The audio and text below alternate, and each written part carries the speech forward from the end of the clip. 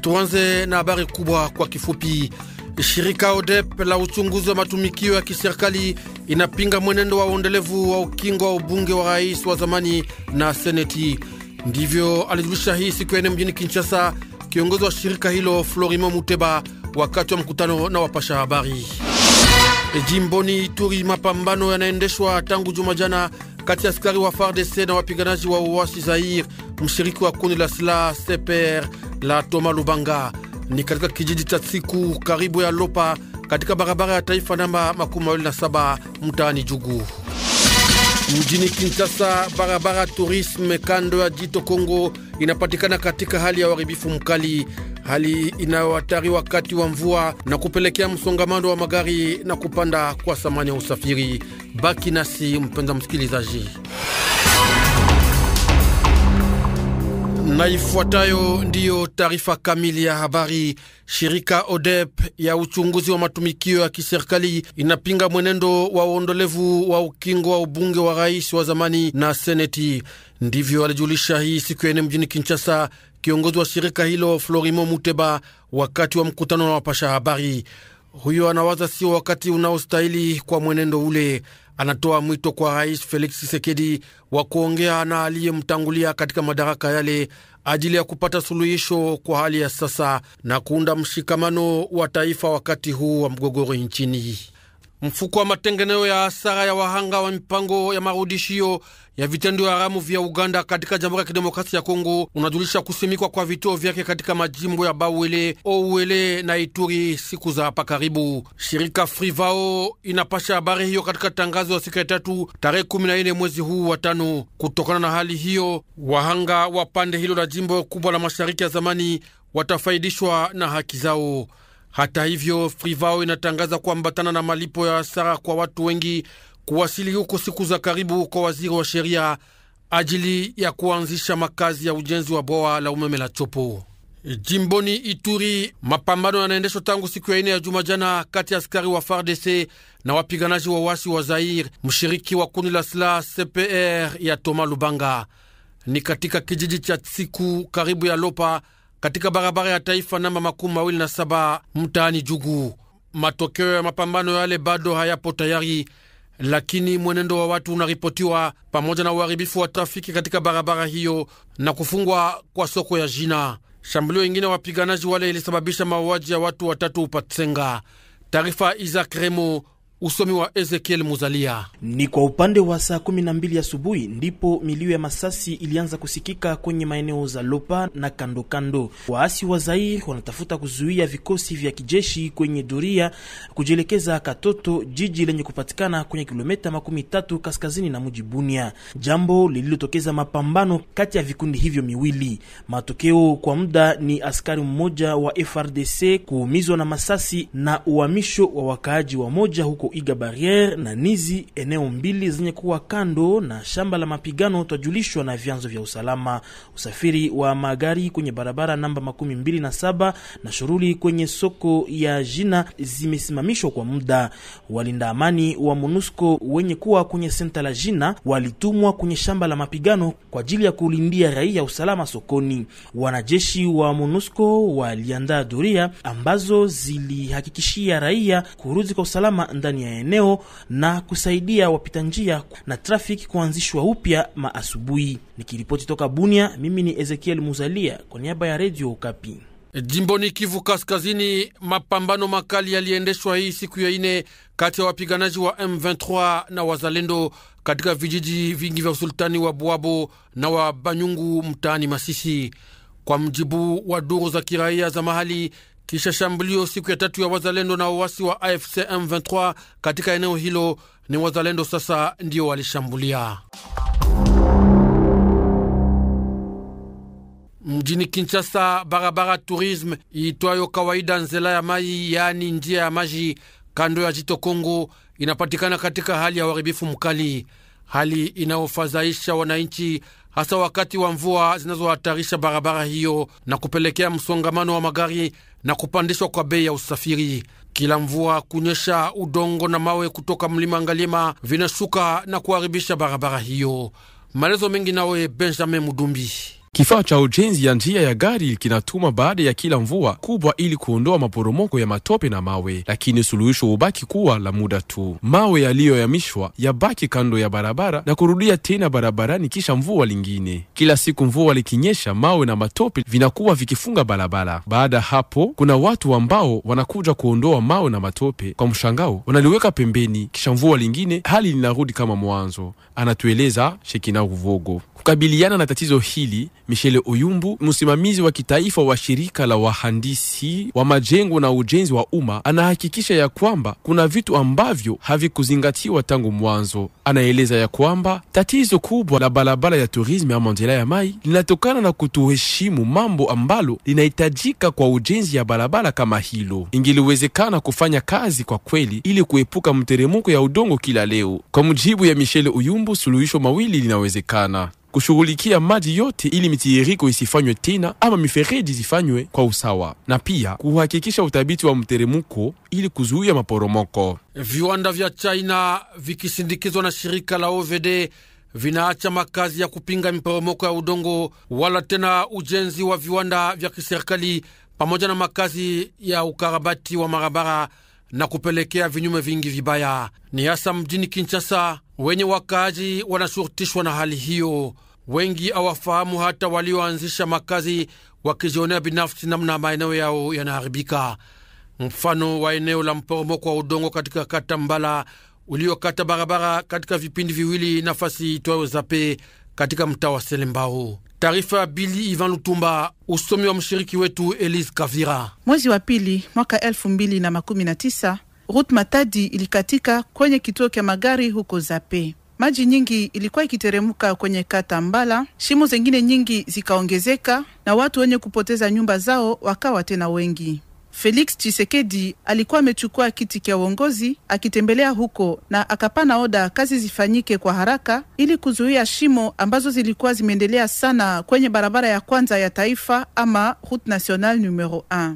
Baada ya miezi michache, barabara hiyo ilikuwa imetengenezwa na kazi ya kutibua mfereji kubwa ikaanzishwa, lakini haikumalizika kwani shirika la wananchi wa Shin ambalo lilikuwa likifanya kazi hiyo halikuonekana tena. Kwa sasa mifereji hiyo inaanza bomoka sababu ya uteremko wa ulongo. Haya yote ni kupoteza pesa za wananchi ambazo zingewasaidia kwa mafaa ya lazima kwao. Wakaji waliokaa kando kando na mabahari wanakosa wafanyeje, wakiona hatari ambayo mvua mikali yanaweka nyumba zao.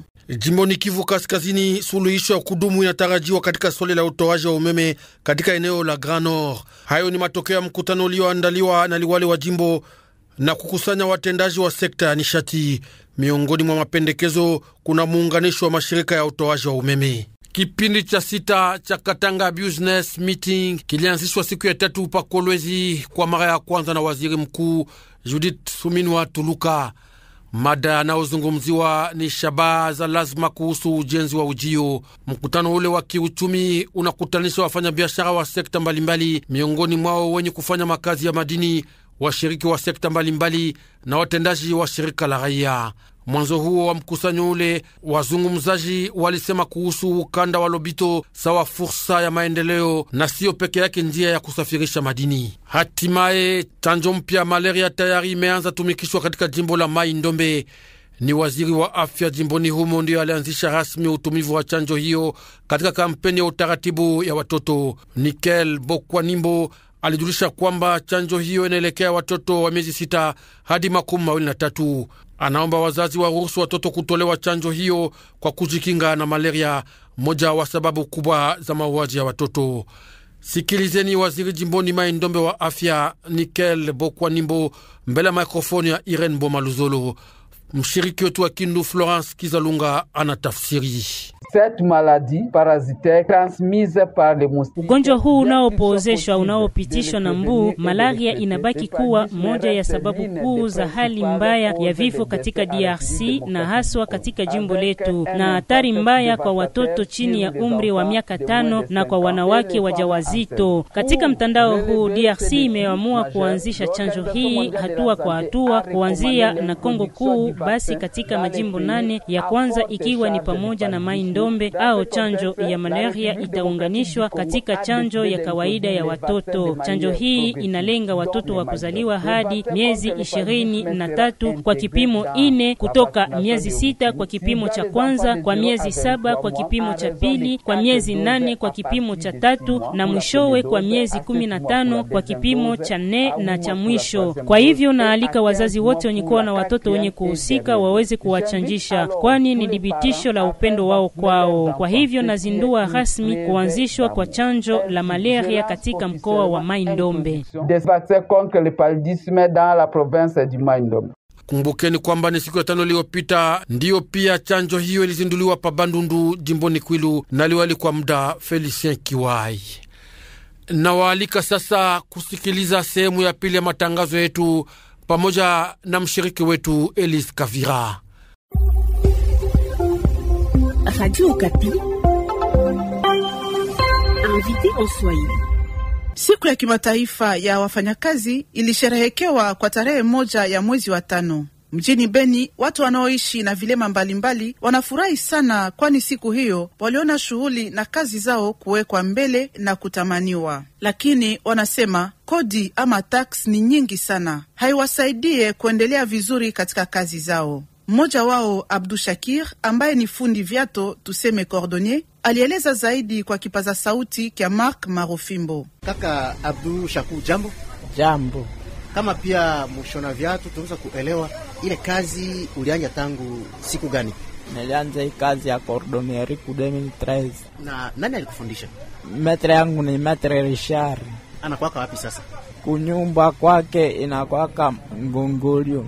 Alors, wakati ulimalizaka formation ukaanja kazi namna gani? Wakati nilimaliza formation nikaanja kazi, niko na mtumikie, niko na mchungia hii kazi naye kwa mubyengine, ndio maana mimi ninabakia kumfanyizia kazi hapa. Tuko hapa ndani ya atelier yako, tunaona vitu mingi, bilatu mingi. Tunaweza kuelewa kwa siku moja client bana kufikishaka viatu ngapi na unashonaka viatu ngapi? Kwa siku moja ku journée mimi nazipata pere karibu 20 yenye mimi na shona. Na ba client bana kulipaka facilement? Bana liaka bana reklamiaka kubei. Bana reklamiaka nini kwa mfano? Basi ni bapunguzie kubei. Make bei yenu inakuwa share? Haikuwa hata share, kupitiza mkiato mimi nalipishaka 5000 francs. Bo unashonaka tuseme kama tunasema tuongelee style wala ba marque ya viatu tunashonaka. Ba terme yenu mnaitaka kama sijui sifilage ba nini. Hapa mnashonaka nini? Serika ndio nashonaka pa sana. Seri yenye mimi nashonaka ni makreyo na mabuti ya basoda. Donge tu maviato tu zenye banaleta hapa ndio zenye mimi nashona. Na masandale tu zenye tunatengeneza sasa sepeke tunafabrike masandale hapa. Na tungengelea bilate ba mama kwa mfano unashonaka vile? Na maviato ba mama mimi nashonaka. Sasa mapapa ba mama, sasa yenye niko nayo hapa ni mapapa ba mama. Yenye mimi nashonaka. Na material yenu Abdou mnapataka wapi? Material tunapataka Matunge. Pale kwenye kuna kwa kama moto za kutora mubatima ya pili. Pale ndio kwenye mimi natoshaka material ya kutengeneza muviatu. Sasa Abdou, magumu wala difficulty kani unapataka ndani ile kazi kwa mfano ya kushona viatu? Magumu yenye mimi napataka mwe kazi ya kushona viatu ni saa mimi nazitobola na crochet. Crochet sana nitobola ile na kwa magumu. Na saya mataxe hizi bananifikaka kwa hapa. Basi ile nayo ni probleme. Lakini kazi inakusaidiaka inakufaidiaka kwa kusaidia mahitaji yako mbalimbali? Kazi hii inanisaidiaka sana, silombake tena savo kunyumba. Nepeke mimi nazitafutia basi. Na kwa vijana vya Razaraka kwa kazi kile kidogo saa cordonnerie, kazi ya kusukuma basharete, banini utabambia nini kwa sababu kazi yako vile unasema deja kuna kusaidia? Mimi nabambia bake bazifunze kazi ya cordonnerie. Baache kumangamanga kule kuma quartier bora. Bakuje tuzifunze kazi ya cordonnerie, kila mtu akona pata safu yake fasilema. Na hapa hivi usema taksi na wasumbuaka vile sana. Kama kuu viongozi kazi nuko ya chini sana, unaweza kubaombea nini sawa pia recommendation yako kwa unasema taksi kuna bavuruga sana. Batusaidie sebenye tukangalike chini, batusaidie kwanza kwa ile mataksi basi kona kuya tusumbua hapa. alafu mimi niko mulemavu, basi mimi napimaka kubaoneshia ulemavu wangu, wananisukuma tu mbele, waseo nilipe. Ndio maana mimi nabambia tu bapime kutusaidia basi kwele poe ya taxi ile. Bapime kutusaidia. Mimi nasikia basi kama mulemavu kuna fevere ya kutumika kazi. Yenye nachaka tunatumika kazi si balemavu. Hakuna msaada yenye tunapataka ku serikali yetu. Ile ndio maana yenye nachaka tunatumika si balemavu kazi. Sasa ukisafungula na taxi yai nayo inakia kusumbua. Shake unakosa kama ufunge ubi hapana. Yenye nachaka tunatumika si balemavu. Juu tusiko na pita kwa mamulango na tuko na omba. Ile ndio yenye nachaka niko hapa kuikala hapa. Ile tu. Shukrani sana Abdul. Na wewe shukrani sana mpasha habari. Radio Okapi. Dossier en Swahili. Kazi ya walimu inaheshimiwa hadi leo. Hii ndiyo ulizo ya Radio Okapi kwa walimu wa Beni kwa siku ya 3 tarehe 13 ya mwezi wa 4 iliyopita, kwani ilikuwa siku ya kimataifa ya walimu. Wanasema vijana hawapendi tena kuwa walimu, kwani wanaona malipo yao ni kidogo sana. Lakini zamani kazi ya walimu ilikuwa naheshimiwa sana. Je, vijana na wasichana wataona tena umuhimu ya kazi hiyo? Tupate maelezo zaidi katika ripoti ya Jean-Claude Lokidile. Akiwa na umri ya miaka zaidi ya 70, Barongo Joler Hokakan ni mwalimu katika chuo kikuu ISP Bunya, kazi ambayo amekuwa akifanya kwa karibu miaka 40. Anakumbuka kile mwalimu alikuwa na thamani wakati huo. Nikafanisha mimi binafsi tuna mwaka karibu 20 au zaidi, kitu alikuwa niletea kwa mshahara ilikuwa nitosha kwa kuishi kabisa bila kitu kingine. Na kwa sasa yafaa kufanya kazi kingine kidogo. Alimeshamba, akona duka, akona taximan. Kuna walimu, kuna taximan kwa kuongeza kwa kujitoshelea kidogo. Mwingine anafanya shamba, mwingine anafanya kazi ya duka na vivi. Na ile wakati unafanya shamba, kazi ya duka, kazi yake ya kiwalimu anaacha kwanza pembeni. Iko na matokeo mabaya kwanza. Kulingana na habari tunazopewa kwenye chuo hiki, takwimu za wanafunzi wanaokuja kuchukua usajili wao zimepunguka kwa kiasi kikubwa ikilinganishwa na miaka iliyopita. Moja ya chanzo ni kwamba walimu wanaishi katika hali mbovu kwa sababu ya ukosefu wa huduma mzuri kutoka kwa serikali. Singoma Chukabo anasema kwamba analazimika kuunda shughuli ndogo ili kusaidia familia yake. Zamani tulikuwa nasikia wazazi wetu walikuwa nasimaka walimu walikuwa watu ambao waliheshimika sana, kwa sababu kwa wakati tulikuwa nasikia kama kuko maandamano pahali fulani walikuwa nalomba radio kwa mwalimu, kuko atakinga mzuri walikuwa napata kwa mwalimu. Kwa hizi siku mwalimu anakuwa mtu wa mwisho kwa kuishi ya mwalimu. Inomba mwalimu alime shamba, afanye pia kazi nyingine kidogo ya biashara. Pasipo hii haitawezekana, kwa sababu mwalimu ana charge nguvu, yani kusomesha pia watoto, kuwalisha, kuwatunza, kuwavalisha na kadhalika. Kama Singuzi Kabazungu, mwanafunzi katika idara yani departement ya Kiingereza, anaeleza kwa nini aliamua kuchagua kazi ya mwalimu wakati marafiki zake wengi wanapendelea kusoma darasa la kuwa waganga, wanasheria, kufunza elimu ya kompyuta ama tena uhusiano wa kimataifa yani relation international. Nia yangu ilikuwa kusaidia wengine, kuwaadibisha kwa lugha ambaye ni katika ulimwengu mzima. Wakati tulikuwa wadogo, tulikuwa walimu, bila wao kama tuko watu wenye tuko kwa sasa. Kama ukumbusho, lengo ya siku kuu ya tarehe 13 Aprili ni kusherekea na kuongeza ufahamu wa umuhimu wa elimu. Toka Bunya, naitwa Jean-Claude Loki Dile, Radio Okapi. Mwisho wa taarifa ya habari. Asante kwa wote waliungana nasi. Kwa irini.